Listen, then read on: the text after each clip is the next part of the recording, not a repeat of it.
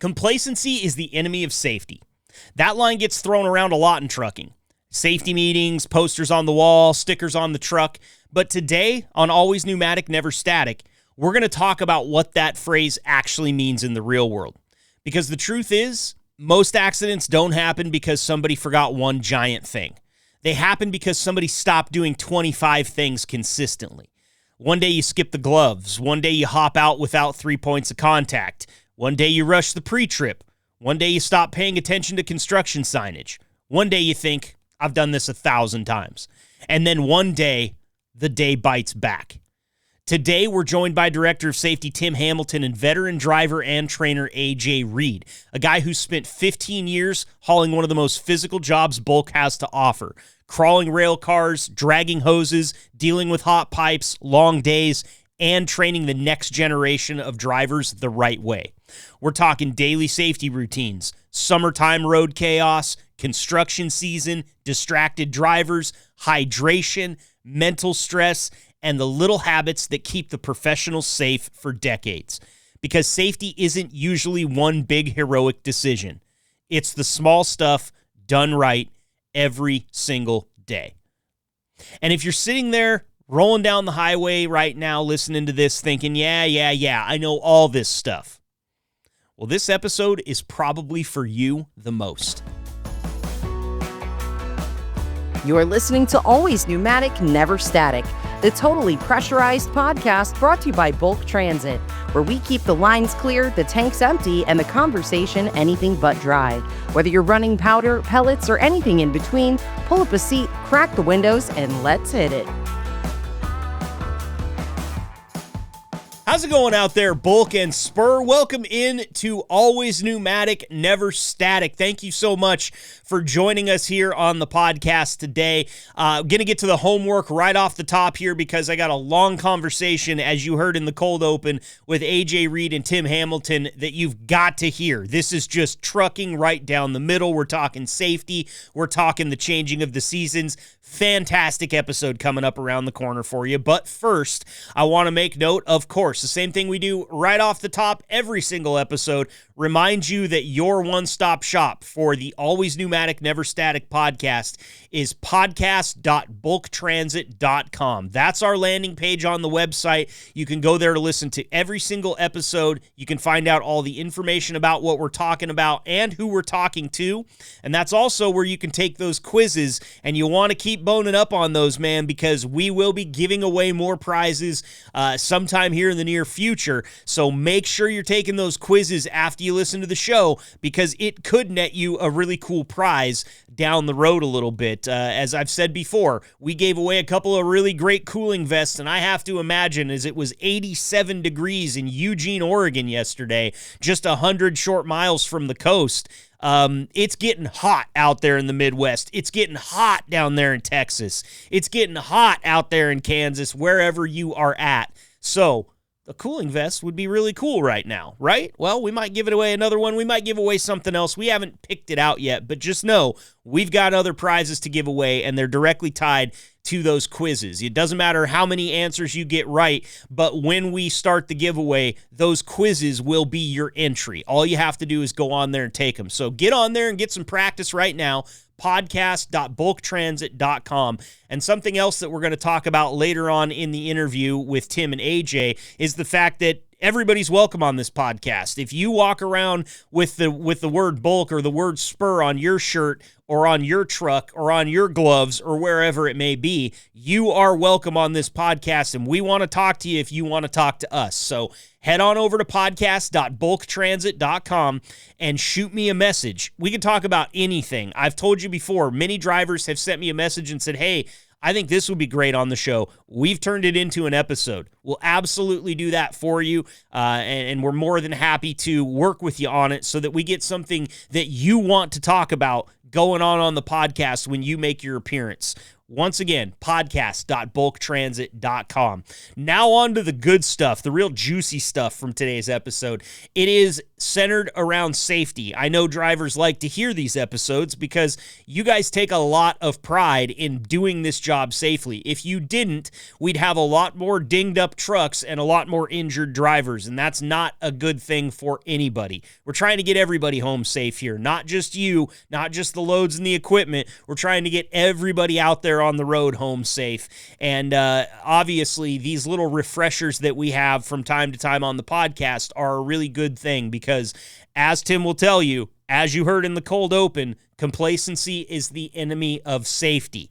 And I really don't want to eat up too much time right now with the intro because there's so much good stuff that's about to happen in this conversation.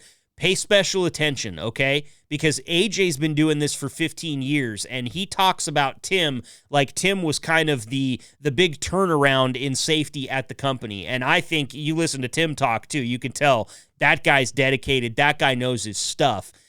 So what we're talking about here is a little bit of daily safety routines, things that can kind of fall by the wayside if you get a little bit complacent. And then in the second half of the interview, we're going to turn our attention to the changing of the seasons and the different things that drivers have to look out for as spring turns to summer. And let me tell you, the list is not short. You might imagine, it starts with the word construction, but there's also some other really important words in there too, like hydration and just general safety. So without further ado, let's get Tim and AJ in here and get this conversation moving.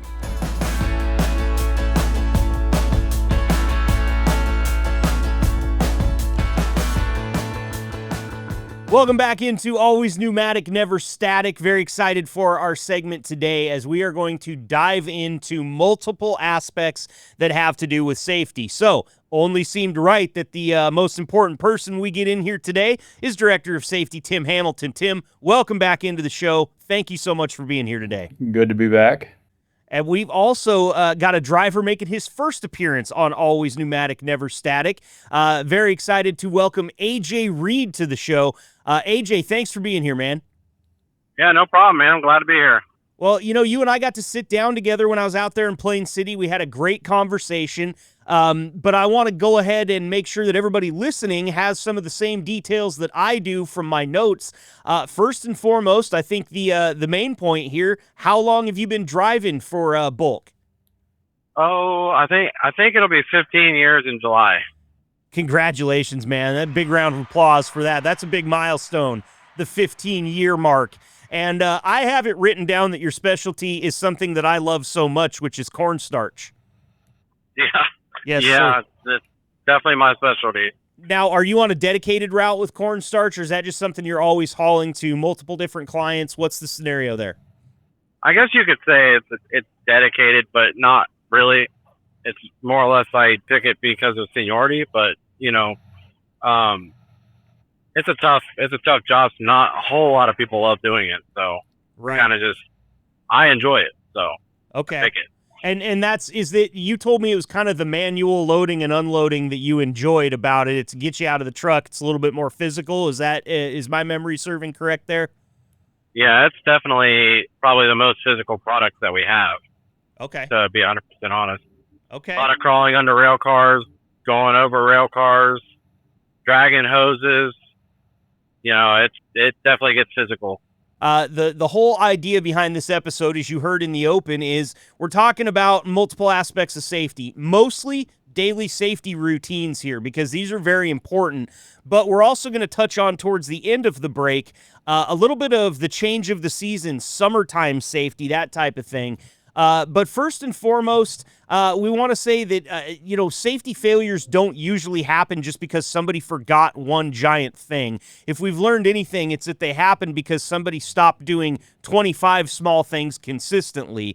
At least that's what my experience shows in trucking. Now, Tim, I'm going to start here with you. When you hear that somebody doesn't forget one giant thing, they stop doing 25 things consistently, what goes through your mind in your position, and how accurate is that statement? Well, it's pretty accurate, but I think a lot of it, when you stop doing the 25 small things consistently, I think it becomes a shift in your mindset of what you're doing.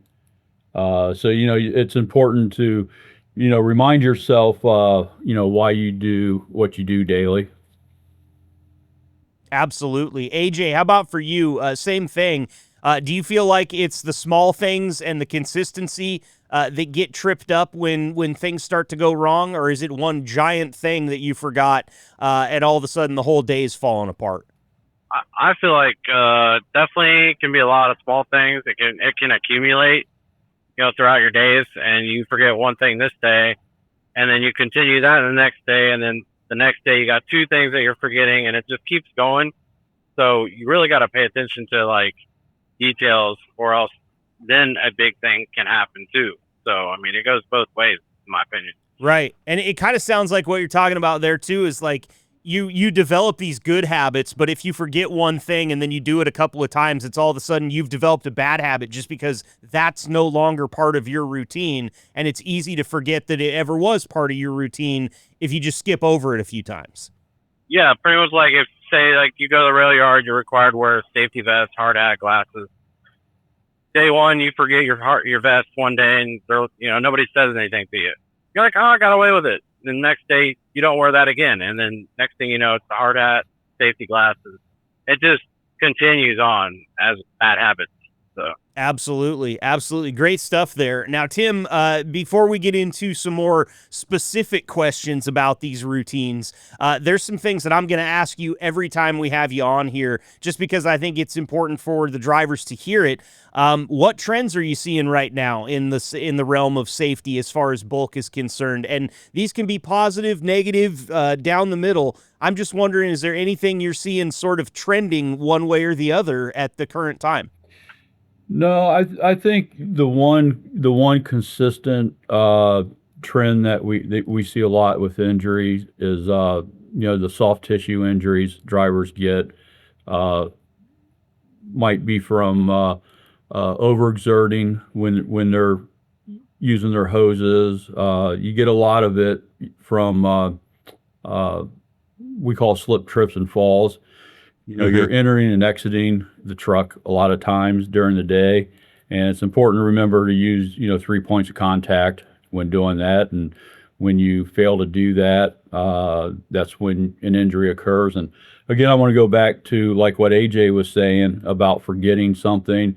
Like I mentioned on our previous podcast, is that complacency is the enemy of safety. Yep, absolutely. When we fall into that routine of a daily habit, and you get so used to that daily habit, and it's easy to fall out of it just out of being complacent.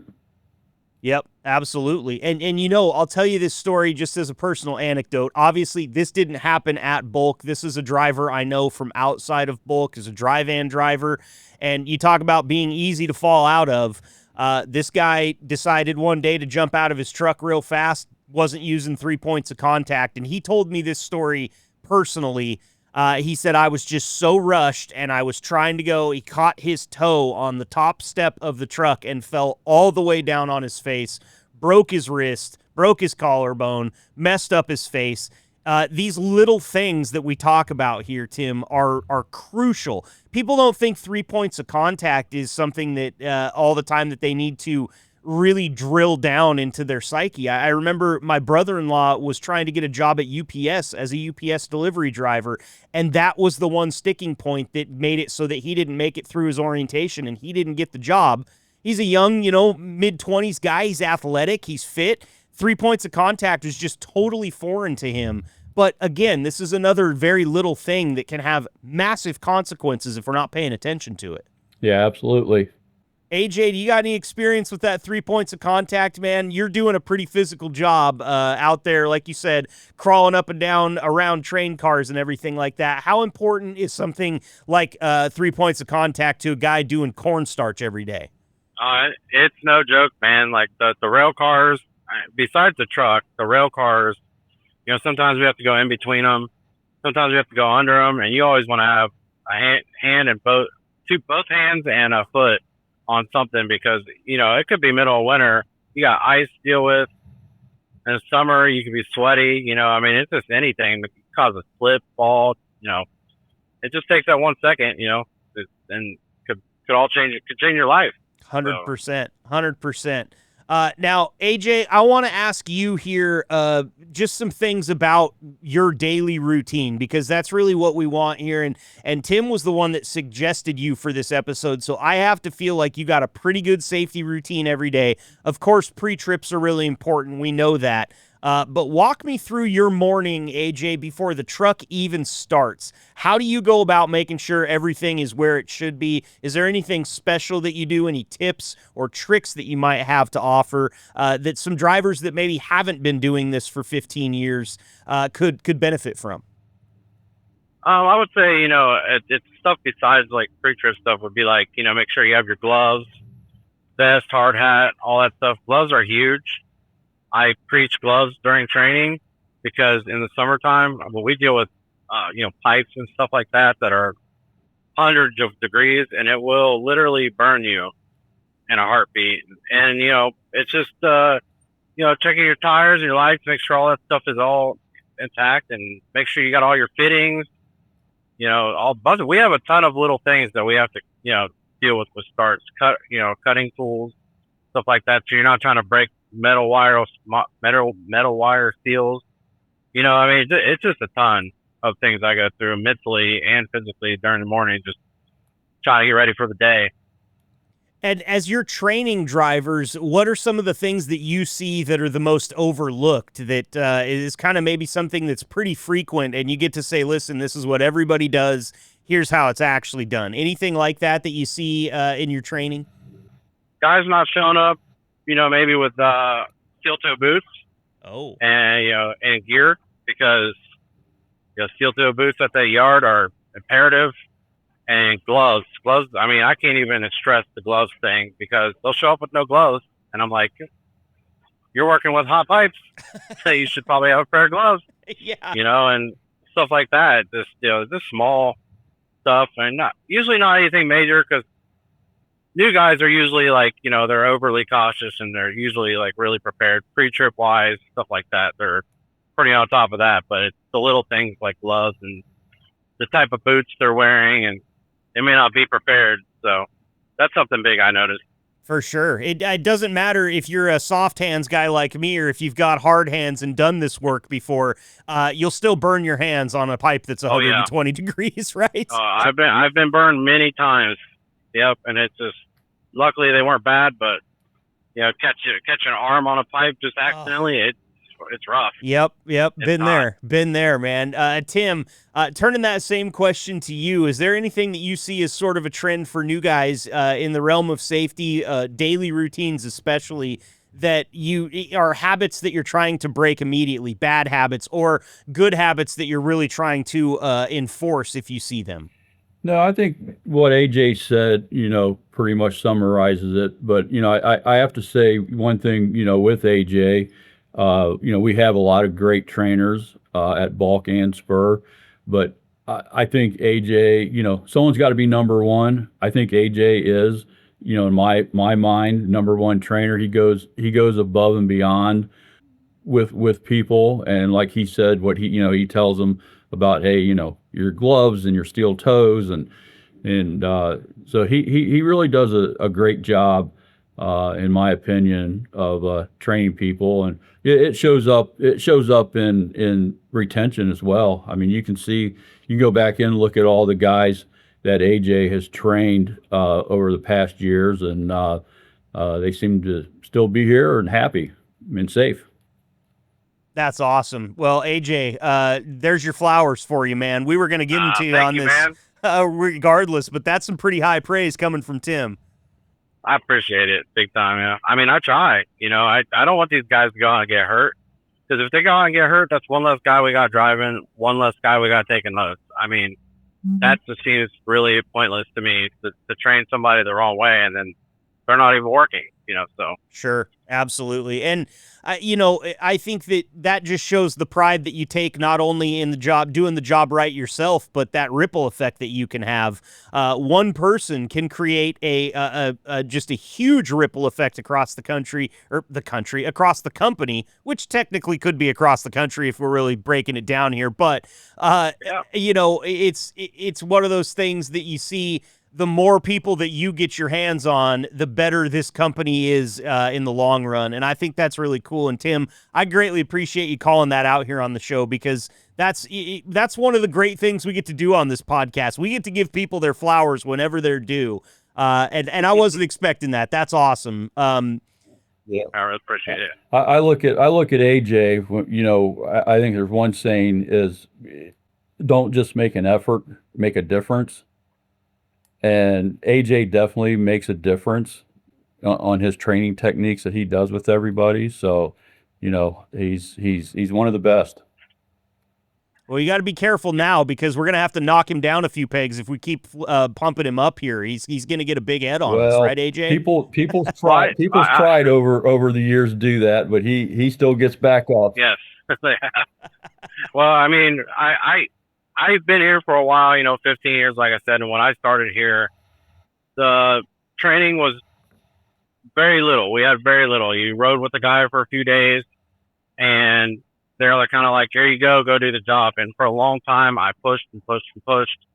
And so we've really got to invest in training our new guys coming in here. We aren't hauling box vans down the road. I mean, we've got a ton of things going on. These guys need time to learn. So, and then they worked with me, Bulk Transit worked with me, and trying to get a better training program together. I think we've come a long way from where it was when I started, big time. That's great. I love to hear that. And let me clarify, I wasn't with the company when AJ started, so. Correct. Okay. All right. So Tim came in here, and that was part of the investment in our training, right? Exactly. Yeah, Tim has totally worked with me on trying to do a better training program for these new guys coming in. We work together, and he works with the other trainers, and we are every day we talk pretty often about things we could do better, and what we didn't do right with guys or that left or this or that. So we work together all the time with it. Well, I never try to turn this into an advertisement, but it kind of is, because you guys have such a good system and you're just talking about it as it is. So let me say this. If you're listening to this podcast and you're thinking about coming to work for Bulk, there you go. You're going to get the level of training that you need to go out there and operate these pneumatic trailers effectively, safely, efficiently. And if you're lucky, you might even get to train with AJ and get the absolute top-notch training from the company. So just wanted to put that out there. I know we got some drivers listening that aren't necessarily working for Bulk every now and then. So, hey, it's not an advertisement, but the options there. Check out bulktransit.com for more information. But on to a couple of other questions I've got for you here. And Tim, I think this one's a really good one for you, because you talk about the experience that AJ has and how hard he works on the training. What, in your opinion, can make experienced drivers like AJ start skipping steps in their daily routines? We talk about complacency and consistency. Is there one thing that you see over your experience that will have an experienced guy just kind of lose part of his routine? Or is it just, is it life happening? Is it being tired? What's your take? I think a lot of it, the more experience you get, you sort of you transform into being overconfident of what you're doing, and that can be a buzzkill a lot of times.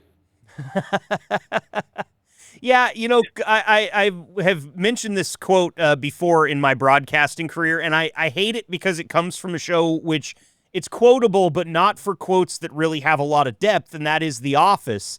But when the Michael Scott Paper Company is breaking away from Dunder Mifflin and they're trying to hire employees, they find a guy, and somebody says something about confidence, and this guy says, confidence is the food of the wise man, but the liquor of the fool.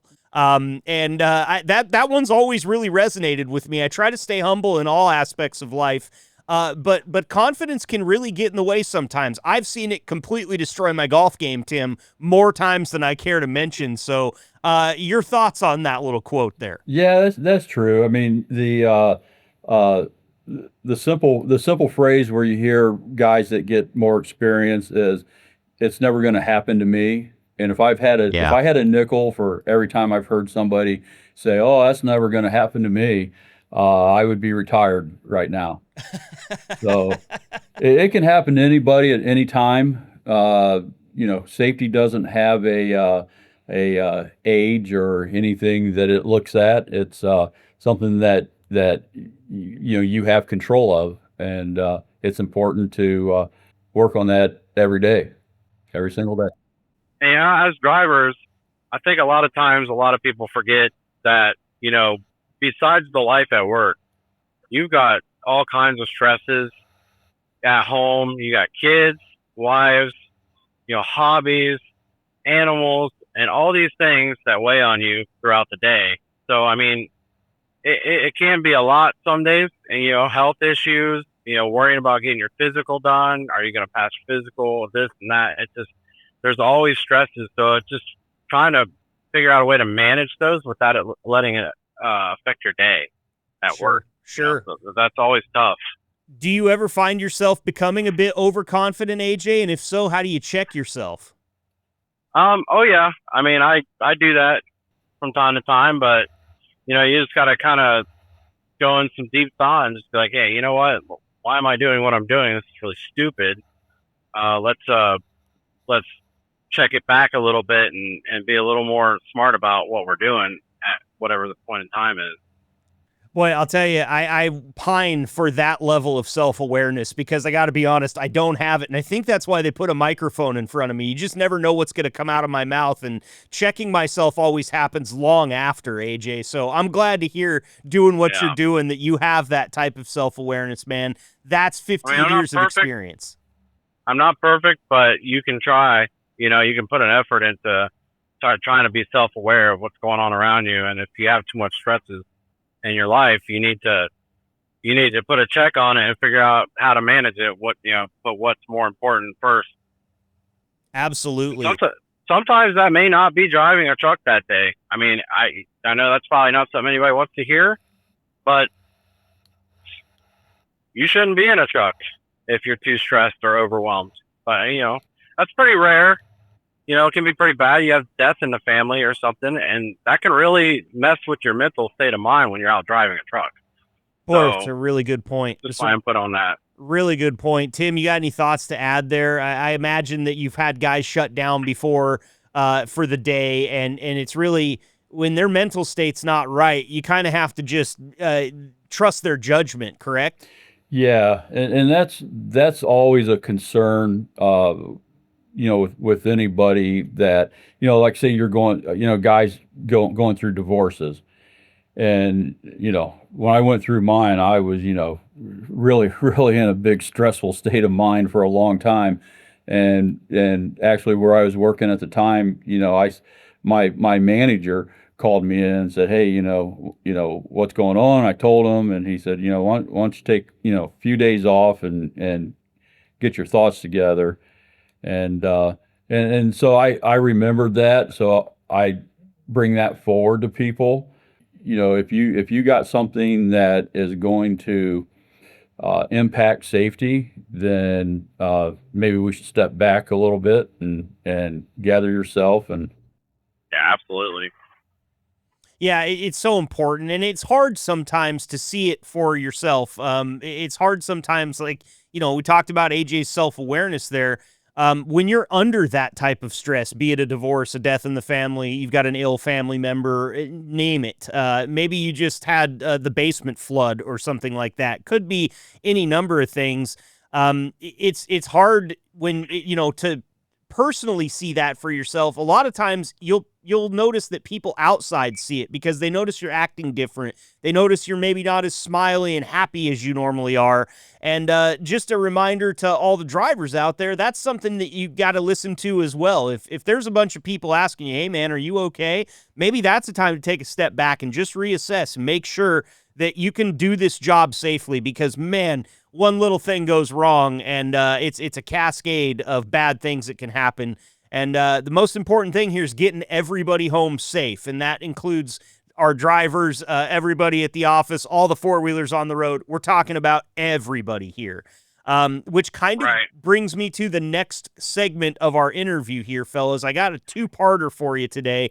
I love all the stuff on the daily safety routines. We have kind of hammered it here on the show a couple of times. We did it the first time Tim came on, and I just wanted to brush over that again, and especially with a driver like AJ here, I wanted to get his thoughts. But another part that I brought you guys on today for is the changing of the seasons. Winter gets all the headlines when we talk about road conditions, snow, ice, you name it. But summer driving might be the season where people get the most careless, right? We got RVs on the road. The weather's nice. Everybody wants to get to the beach. There's motorcycles all over the place. The kids aren't in school anymore, so they are littered throughout the nation doing whatever they're going to do. AJ, in your perspective and in your experience, what changes the most once summer hits? And one that I even forgot to mention is construction. So sorry, what changes the most in your opinion once summer hits? I was literally just getting ready to say construction, and I think people's speed increases a lot during the summer too, because they feel safer on a drier pavement. But construction is like, they say there's like two seasons in truck driving. You got winter and construction, and that's it. So like, it's just, in construction zones, they are just not, I feel like they're not as good as they used to be. I don't feel like they're as clearly marked as they used to be. And a lot of them, a lot of times they're just shutting roads down at this point. So like, you're down to 1-lane roads everywhere, and it's a mess half the time. And, could be very stressful, to say the least. For sure, construction is the biggest one, in my opinion. I noticed that drivers have a real soft spot for construction workers, because you guys share in common the fact that you're out there on the road with a bunch of people that largely could care less about your safety, and you guys are constantly having to think about not only your safety but everyone else's safety on the job. Do you have any sort of I guess routines or things that you do consistently, AJ, when you're pulling up to a construction zone? Are you one of the guys that, I just pulled up on a dead stop where a 6-year-old had been hit by an RV last weekend on Memorial Day weekend. Unfortunately, that happened. The child did survive, but traffic was stopped dead, and I was coming up over a hill on Mackenzie Pass, about to head down the hill in a passing lane, and had the flatbed that was in front of me not turned his flashers on, I could have caused a real problem just because I couldn't see around him, and I was, just like everybody else, moving with the flow of traffic. We were all cooking. How do you go about it when you see a construction zone? How do you manage the safety of your big rig and the safety of those around you, AJ? Signage is the biggest thing that you could pay attention to. Trucks use left lane. Speed limits. I mean, they don't put the speed limit signs there for fun of it. That costs money to do it, and they wouldn't just buy them for nothing. So they're there to slow you down. But the signage is huge, because there's reasons why, they have trucks use certain lane signs out. I mean, there's multiple reasons. It could be to keep you away from the workers. It could be to keep you closer to the workers. It can also be for soft shoulders that are currently being used as a roadway. I mean, there's a ton of reasons, but signage is big for me, and that's definitely my biggest point for construction. Just look ahead. They're telling you what they want you to do, and you just got to pay attention. That's literally all you got to do. For sure. And they can come up on you really fast, man. There's no question about it. And hey, let's not forget, fines double in construction zones in most places. So, and that might be in every place. Tim, maybe you can comment on that. But I also would like to hear your comments just in here in the way that AJ approaches construction zones, and any thoughts you might have from your seat. Yeah, I think you both have touched on the point. I'm a big proponent of using flashers when you're approaching a construction zone. Adverse weather, same thing. hit those flashers. I mean, let those people behind you know that things are slowing down, because they may not. It's sort of like a domino effect. If somebody in front of you has their hazards on, you know they're slowing down, but the person behind you, if you don't have your hazards on, they don't see the hazards in front of you, they don't know. So it has to be a group effort out there of everybody hitting their flashers. And the one thing about, why states have speed limits in the construction zones, it is, one part of it is for the safety of the workers. But you see how, we've gone through a lot of construction zones and the Jersey barriers are up and the workers are on the other side. Chances they're not going to get hit by a car. Car's going to hit the Jersey barrier. But what happens in construction zones, because they have the Jersey barriers up, and like AJ was saying, maybe you got to use the soft shoulder of the road. You're below the frost line. They move the lines. The roads are narrower, so a lot of times, even when you're going through a construction zone and there's nobody working, and everybody's like, well, why is speed limit 55? No one's working. I'm going to go 70. It's the fact of the road condition is why they make the speed limit 55 as well. So it's a safety. Yeah, they're uneven usually. Yeah, it's a safety for all the people traveling. Plus, like I said, either people working or not working. If it's you're on a 70-mile-an-hour highway and you go through a construction zone that's 55, go 55, 50, whatever. Just because no one's around doesn't, say, hey, I can go 70 because no one's working. There's, not much traffic. But that's, not the right thing to do. If it's 55, 45, whatever, that's what you should follow. Yeah. It's AJ talking about the uneven roads. Like, I think about, somebody cruising through a construction zone in a small little rig like a Honda Fit. Very maneuverable. You can fit it just about anywhere you need to. But that maneuverability is just downgraded when you get into those construction zones. And let's face it, nobody out there on the highway is an F1 driver. No one is that experienced to be going that fast through narrow ways like that, where one small overcorrection can cause just a massive pile up, road shut down, people get hurt, all this bad stuff can happen. Great stuff there, guys. I know drivers are out there seeing construction zones all over the place right now. I'm seeing it out here in Oregon. I've got stories from down in Florida, out in the Midwest in Nebraska, now, of course, Ohio, and all the different places that Bulk has.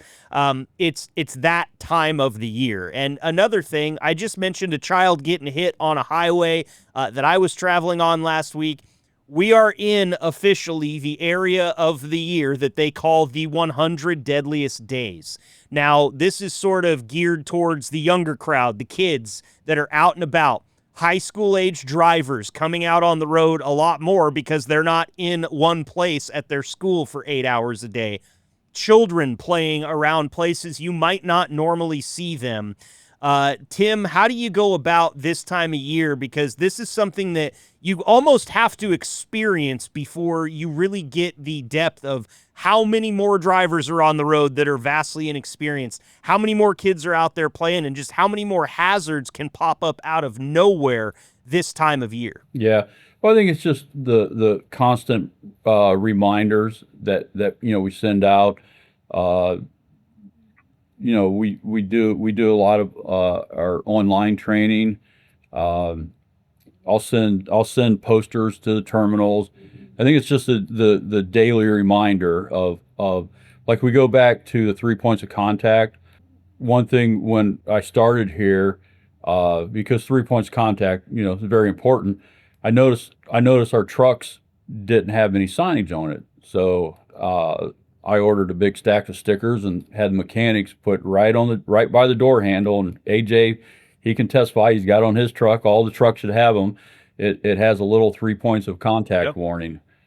And so you see that. I actually remember having that conversation with you. Yeah, yeah. So it's a daily reminder. I mean, every time you get in and out of that truck, you can't miss that yellow sign there about the 3 points of contact. That's great. And Put it right in their face. Make them look at it, right? Yes.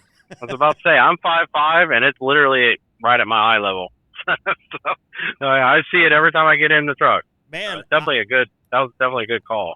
I don't, and I'm only saying this because I don't get to say it that often, but I don't really get to meet people that are shorter than me that often, AJ, and I just met one, so I'm so glad you brought that up, man. I'm going to feel 6 feet tall all day today. I'm far from it, I promise you, but yeah, it's like climbing a mountain getting in this thing for me. I imagine so, man. I've always thought that, even for a guy that's, 6 foot, that's a big truck, and that 3 points of contact, again, something that's so important.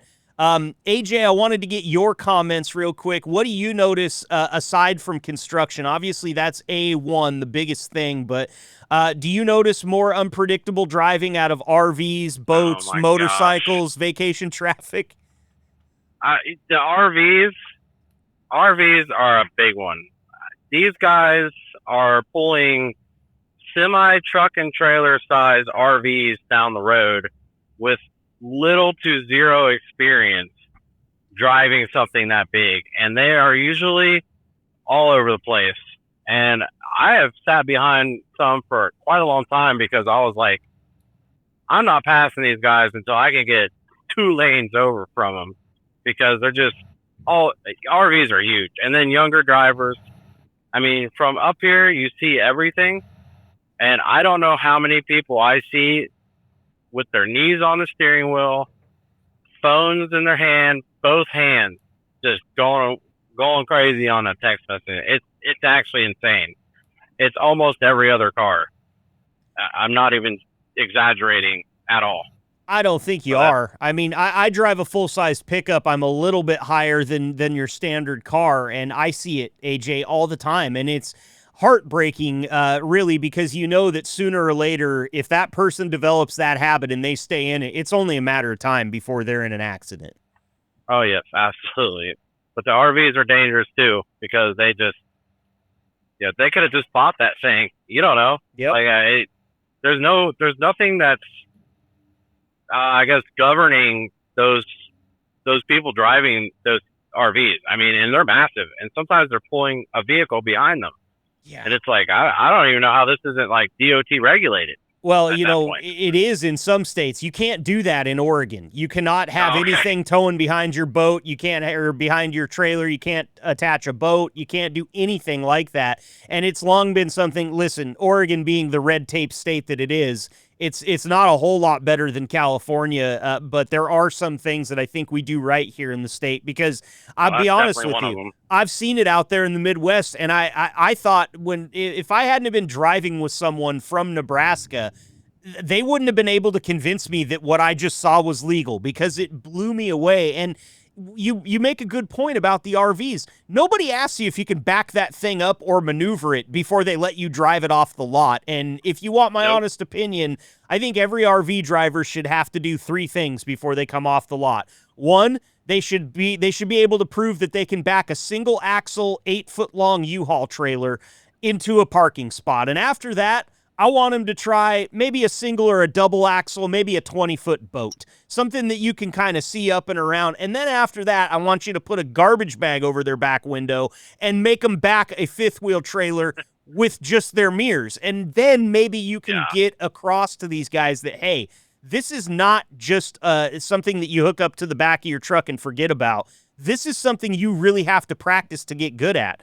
There's a reason that there's people at the boat ramp sitting in a lawn chair with a case of beer saying, I'll back your truck for $10, because they know that most people don't understand how to do it. And I feel like that if you don't know how to back it up, you probably don't know how to drive it forward very well either, AJ. I don't know if that's out of bounds, but I agree. That's my experience. Well, and I agree. AJ has probably seen this. I'm sure a lot of our drivers have out there, when you just spoke about people sitting there wanting $10 to put a boat in the water. We actually, at truck stops, there's people that will offer to back your truck into a parking spot so you don't hit anything. Oh, yeah. 'Cause especially with a lot of new drivers, they'll pay somebody $5-10 to back their truck in, and that's sort of scary, that wait, it's you got a CDL, you should you should be able to back your truck in between two trucks at a Flying J. Right. Not only did you get the Yeah. CDL, but you also got trained and you got a job. So you really should be able to do that. But hey, not everybody is trained as well as AJ was trained or AJ trains people, right? That's the one thing that we have quite a few conversations when he is training somebody, and he stays on top of what their deficiencies are. He won't let them out on the road until he feels they're 100% safe. And Yeah, I will not sign off on that. no, he doesn't. He Absolutely not. And a lot of it, he's like, oh, this guy, he can't back up worth crap. I'm like, well, just keep working with him, get him some practice, whether, he can, after you guys are done for the day, give him your keys and let him practice in your truck here in the yard for a while. But I've done that many times. yeah. Yep. And do you stand there and watch that guy like my dad watched me the first time I backed his boat into the garage? Because let me tell you, he was focused. That just depends, because a lot of times that creates an extra pressure. So, like, if they ask me to, I will. But usually, if you let them just back there and let them just take their time learning how to do it instead of having somebody hover them, they actually tend to do better. I know it sounds crazy, but they, you add that extra pressure with somebody staring you down all the time. Whereas if they do go back in the back of the yard and just kind of practice by themselves, and I tell them, take your time. There's no rush, obviously, so don't hit anything. Just get out 500 times if you need to. Just keep doing it until you get it right. And the next day I come back when they actually do it. Sometimes they won't do it, but when they actually do it, the next day I already see an improvement. So that is something I do with guys and suggest a lot if they have backing problems. 100%. Sure. Yeah, sure. and a little story about that was when I was doing a road test a few years ago here at Balk.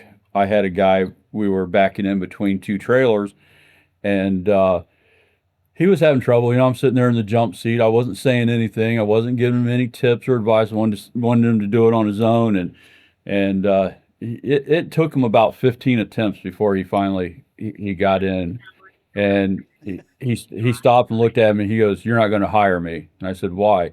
He goes, "Well, it took me too long to back in." And I said, "No, I'm going to hire you because you didn't hit anything." I said, "I don't care how long it takes you to back that trailer into that hole.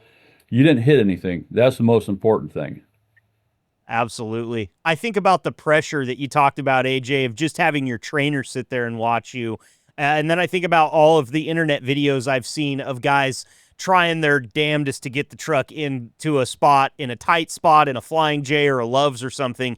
I never thought about that part of it, but the pressure that comes there, not only are you trying to get this thing into a tight spot, but the whole peanut gallery is guys that have already gotten their truck into a tight spot, so they don't have any sympathy for you whatsoever, do they, AJ? Exactly, and that's why sometimes, depending on their level, like if they just struggle a little bit, and I see that they're decent, but they need to practice, I'll be like, all right, go back there in the back. I'm out of here. See you later. And I come back the next day, and it's big improvement. So that's great. I mean, some guys just they don't do well under pressure with like trainers and teachers watching them, and they do better without them. I mean, it just depends on the situation. It's really situational. Sure. And I think that goes for a lot of things. You have to train those skills to work under pressure. And if you've never been in that situation before, especially with that truck and that trailer, then you kind of have to retrain yourself. Listen, I've been broadcasting for 20 years at this point. The first time somebody put a microphone in front of me and clicked on, I froze up and just shrunk down into a little tiny statue of myself. You're never that good at something until you get the practice, you get the experience, you get some of that confidence that we talked about, the liquor of the fool earlier, and it all comes in due time. And having a good trainer like AJ, man, it can pay off in spades at the end of the day. This is all great stuff, guys. I really appreciate it. There is one more thing on the summer safety aspect that I want to get to before we get to final thoughts and let you guys get back to work today. And that is hot equipment and hot products. Now, AJ, you already talked about the hoses, or excuse me, the pipes that you can get up against and sometimes get some minor burns, and you need to have gloves and be prepared for that type of stuff. But I wonder, across the board, and maybe this doesn't touch cornstarch as much, maybe it does, how does the heat affect the products that you guys are hauling? AJ, I'll go to you first, specifically for cornstarch, and then Tim, we'll go to you for some of the rest of the stuff. But is heat ever a factor as far as the product is concerned, AJ? With cornstarch, I be honest, I don't really notice much of a difference with it. Besides maybe like some like moisture, but it pretty much remains the same for cornstarch. I know there's other products we have that Tim will probably touch on that it's definitely affected, but mine's mainly just like the hot pipes and all that. And if I can add something, if that's all right. Yeah. I notice a lot of drivers have really bad habits with staying hydrated, and that can be just as dangerous as anything else. When it gets like 99 degrees out here and we're out here with a hot rail car, we got a hot blower running, you could literally pass out on the spot and have a really bad time. And then meanwhile, the truck is still just running. So, I mean, I see a lot of guys, they drink soda, they drink all this stuff. I drink water, but I think hydration is huge, and I didn't want that to get untouched because, you know, a lot of people have really bad habits with their hydration habits. Absolutely. I think that's huge, and I'm so glad that you brought that up, AJ. I actually just talked to a driver yesterday, and I happened to ask him, hey, this time of year, how much water are you keeping on the truck? He told me, I bought a tote from Walmart, and I have, at any given time, 2 cases of 48 bottles of water on my truck at any given time, because he's putting on a hazmat suit, you know, some of the PPE that you guys wear, it adds heat, it adds uncomfortability, it adds weight. I mean, all that stuff has to be thought of. And you're right, AJ, soda, coffee, even Powerade and Gatorade aren't going to do it for you. You got to get that H2O in your system. There's a reason behind them making that movie, The Water Boy. That's very important stuff, that H2O. Yeah, it is. It is. Oh, yeah. And you know, over the last several years, OSHA has taken a big stance on heat stress in all industries, because you know they've seen a lot of injuries and illnesses from heat exposure, and they've really done a good job with the awareness and making every industry aware of, hey, you know, if you're working in a hot warehouse somewhere, you know, you got to have the circulation and the fans and the hydration. And, you know, we're, you know, fortunate and unfortunate in our industry because, you know, we're outside working after we're done driving. So a guy might drive 150, 200 miles in the nice AC of the truck. Now all of a sudden you're stepping out, especially our drivers in Texas will step out on hot concrete that's, you know, it's 110 degrees out that day. So you're exposing your body to 2 different climates in a very quick amount of time. So it's, you know, they may not feel dehydrated while they're sitting in the truck in the AC, but once they step out and start working, start exerting after 10, 15 minutes, they start to feel it. So it's important to hydrate prior to getting out and working in that hot atmosphere. Right. Build yourself up some of those H2O credits by getting some water in you before you ever get out there. It's such great advice. And you know, I'm a guy who if I'm going to drink water, there's got to be one thing. I don't want just tepid 70-degree water out of a tap. I want my water to be cold. I'm a big ice water guy. And I know you guys aren't watching this and can't see it, but I've got my Hydro Flask here. It's a 40-ounce Hydro Flask. I can put ice in this thing, and I can. They're amazing, AJ, and the ice will stay in them for days at a time. In fact, I have a buddy that works for Hydro Flask, and I promise you I'm not trying to sell his product. They do well enough without me. But the way that he used to try to get into big stores like Cabela's and Sportsman's Warehouse is they would set a meeting with them on site at, you know, the headquarters of Sportsman's Warehouse. They would pack up Hydro Flasks with ice in them and ship them. and have these people open the Hydro Flask when they get there and find there's still ice in them after they've been traveling in a hot truck for a week. So if you're one of the guys like me and AJ, you like your water cold, you can get a lot of cold water out of a Hydro Flask and keep yourself hydrated all day long, only having to fill it 2 or 3 different times. So another piece of advice there from our hydro buddies here. It's a really important thing, and you don't think about it as much because we've always just kind of drank water when you're thirsty. But man, this is a demanding job, and the heat can be a killer. I was one of the perpetrators of the soda thing for a long time. And I actually made this mistake quite a few times. I used to drink nothing but soda when I was younger. When I started here, I was in my 20s. And now I'm 41, and things have changed a lot. So now I really wish I would have been hydrating and taking better care of myself at that time. So maybe that'll catch some of the younger guys that are out there right now, but it does affect you later too. It's wear and tear on your body. So absolutely. And as a fellow 41-year-old, I can tell you from experience, I was the exact same way. I used to be able to eat, drink whatever I wanted and not have to worry about myself. But the first time I got heat exhaustion, I lost a whole day in Las Vegas. I had to go and lay in the hotel room in the AC. I was sick. I was eating nothing but a potato chip to try to get some salt in me. It's not fun. And you really, no, I couldn't party in Vegas. You definitely can't drive a truck under those types of conditions and being affected. And then if you're down from that, you also leave your job on other people, because that load still needs to get delivered. And now dispatch has to stress and find somebody else to run it.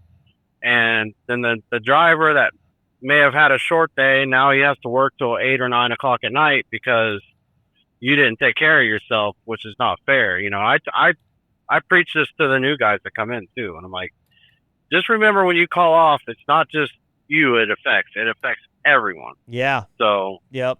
My philosophy is try not to make a dent in anyone else's day. And a lot of people would just call that anxiety. But no, I really would like to not be the guy that constantly causes more work for people, AJ. So I really understand that and resonate with it for sure. All right, fellas, this has been awesome, but I've had you here for over 50 minutes already, and I want to let you get back to it. It's been a short week this week. Everybody's busy, so we're going to get to our final thoughts segment here. AJ, just for your info, since this is your first appearance, everybody gets a chance to share their final thoughts on this show when they join me here. It can be for anything you want. If we left something on the table, feel free to bring it up now. Or if you just want to give a shout out to the other workers, the family, anybody like that, the floor is yours. Tim's shared his final thoughts with us before on this show since he's the vet. We'll go to him first. Director of Safety, Tim Hamilton. First and foremost, thank you so much for the time. This has been great insight today, Tim. Final thoughts from you before we let everybody go here today. Yeah, just encourage anybody that any of our drivers that are listening to this podcast to participate. We can do a group thing. It could be with operations. It can be, with anybody at your terminal. It can be anybody here if they want to get on like AJ with me. Safety. Definitely would encourage that. It's a good learning tool for people out there listening. I'm sure somebody was listening today and said, "Oh, I didn't know that." Now they know. So come on the podcast. Yep. That's what Tim's trying to say. We'd love to welcome you. Everybody's welcome, and we're slowly picking our way through the ranks here. But if you're out there and you want to be on the show, all you have to do is go over to podcast.bulktransit.com and shoot me a message. It'll come right to my inbox, and we will get you on here. I promise you that. Tim, thank you so much for the time today, and also thank you for encouraging people to come on the show. It's a lot different from what you normally do in your daily life, but I think maybe AJ will tell you after his first experience here on the pod that it's a pretty laid-back conversation. It's pretty fun, isn't it, AJ? Yeah, it wasn't too bad. It was a pretty good time. Awesome, man. Final thoughts from you today, AJ Reed. Thank you so much for the time today and all the great insight. What can you tell us before we let you go, my friend? I'd like to give a little shout out to Tim because since he's come here, safety has been so much more enjoyable to deal with. And I actually felt like I could make a connection with the safety manager versus them being the enemy. So I definitely want to say that was huge when he came along. And then I also want to shout out a couple of my other buddies, Andrew, Lonnie, all the regular guys in our text chats, man. We are always trying to communicate and figure out how to improve this place. And I also want to say, take care of your body, take care of your truck, take care of your family, and things will work out really well. Sage advice from a very experienced driver and driver trainer there, AJ Reed. Tim and AJ, thank you both so much for being here today. We'll get you back on the air again soon. All right, fellas? Sounds good. Thank you. Yes, sir. Have a good one.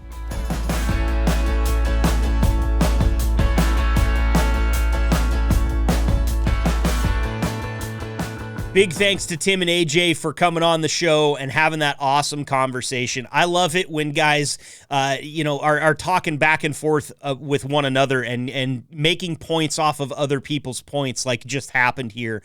Tim and AJ obviously work hand in hand a lot. AJ being a trainer, and Tim being the head of safety here, and I love to hear guys give each other the pat on the back that they deserve, and you heard AJ and Tim do it multiple times for one another in that episode, or in that segment. And I just think that's so cool, man. You want a company that is dedicated to safety. That's the type of stuff that you're going to see within that company, is not only guys that are very dedicated to it from a personal standpoint, but guys that work together with other people to try to make it even better. How can we do better? We can never be perfect, but how can we improve just a little bit every single day? And as you heard Tim say, complacency, man, it can eat people alive. It's not something that you want to mess around with. Forgetting one little thing one day, or just not doing it because you don't feel like it, can start to cascade. It can really kick that snowball down the hill, and you don't want to know what's at the end of that hill when that snowball crashes into something. It's never fun. It's almost always bad, and you can get very badly hurt or worse. So these are things that are important for us to talk about here on the show. I really hope that what Tim said there towards the end of the interview is true. I hope that there's some drivers out there listening right now that think, hey, that's a good idea. Especially with the hydration. It's something that we don't talk about a lot because, again, it's something that you kind of just do, right? You feel a little bit dry in the mouth, you go have some water. But you guys are spending a lot of time on the road, and I understand. I'm a big road trip snacks guy, okay? I'll tell you right now, when I go on a road trip that's anything over 3 or 4 hours in the car, I looked like an unsupervised kid was given $100 and kicked into a 7-Eleven. I want all the salty snacks. I want all the candy. I found this Wiley Wallaby licorice that is just amazing, and I'll eat a whole bag of it. I'm an energy drink guy. I might have a soda in there. Now, I do try to go zero sugar soda, but that doesn't make it that much better. Point is, I've always got my Hydro Flask on me. And again, I'm not pimping this brand. You can get these in any manner that you want to, okay? But a good insulated water bottle is something that has really, I think, made a difference in my health, because when this water bottle is filled with ice, when this water bottle is filled with water and it's sitting next to me, I don't necessarily reach for the Mountain Dew Zero Sugar Baja Blast. I don't necessarily reach for the Monster Ultra. What I do is I go for the water first, and then I'll try to supplement with those other things. But the hydration is so important this time of year. It's so easy to fall victim to heat exhaustion or even heat stroke. And let me tell you guys, it's not a good thing, okay? I've seen a kid on a baseball field get taken away in the ambulance due to having heat stroke. It's very serious. As I said, I've lost an entire day in Vegas by just not finding enough shade and getting in the pool enough. And all of a sudden, you lose an entire day. The wife's out hanging out with all the friends, and you want to be there, but instead you're holed up in a hotel room. Same thing for your job. You want to be out there. You want to be working. You want to be earning money for the family, but you're holed up at home because you didn't hydrate and you got a little bit of heat exhaustion. And now you got to take some time to recover. It can really creep up on you fast. So it's important this time of year, especially down in places like Texas. It's getting hot. Get some water on board. Always have extra. You can never have too much. And I know that space is limited in these trucks, but you can find some nooks and crannies to just hide extra water wherever you can. And make sure you're staying up on your hydration out there. Make sure you're paying attention to those construction signs. Make sure you're watching out for teenage drivers with a death wish, their knees on the wheel, and their phone in both hands. Make sure you're watching out for kids, motorcycles, RVs, vacation traffic. It's serious this time of year. And like I said, they don't call it the 100 deadliest days for nothing. This is a serious time where we've got about 100 days between when the kids get out of school and when the kids go back to school that are the 100 deadliest days in the course of the year for young people. I'll put it that way, because the age range is mostly, kids to young adults there. So keep an eye out. Always leave yourself an out. All these things that are important. Tim's thinking about them. AJ's out there thinking about them. They're setting the example. You think about them too. And we'll keep bringing you episodes just like this every single week to try to help as a reminder, while also giving you something entertaining to listen to as you roll down and put the miles on. Thank you so much, Bulk and Spur, for being here today with us on Always Pneumatic, Never Static. We'll be right back here next week, Wednesday, 5 a.m. local time, with another hour of content for you. Until then, be safe out there. And you know what? We're going to add this. Stay hydrated. And that's all she blows for today's episode of Always Pneumatic, Never Static, your number one and probably only pneumatic trucking podcast, brought to you by Bulk Transit. Thanks for rolling with us today. Till next time, stay safe, keep those lines clear, and keep it pumping.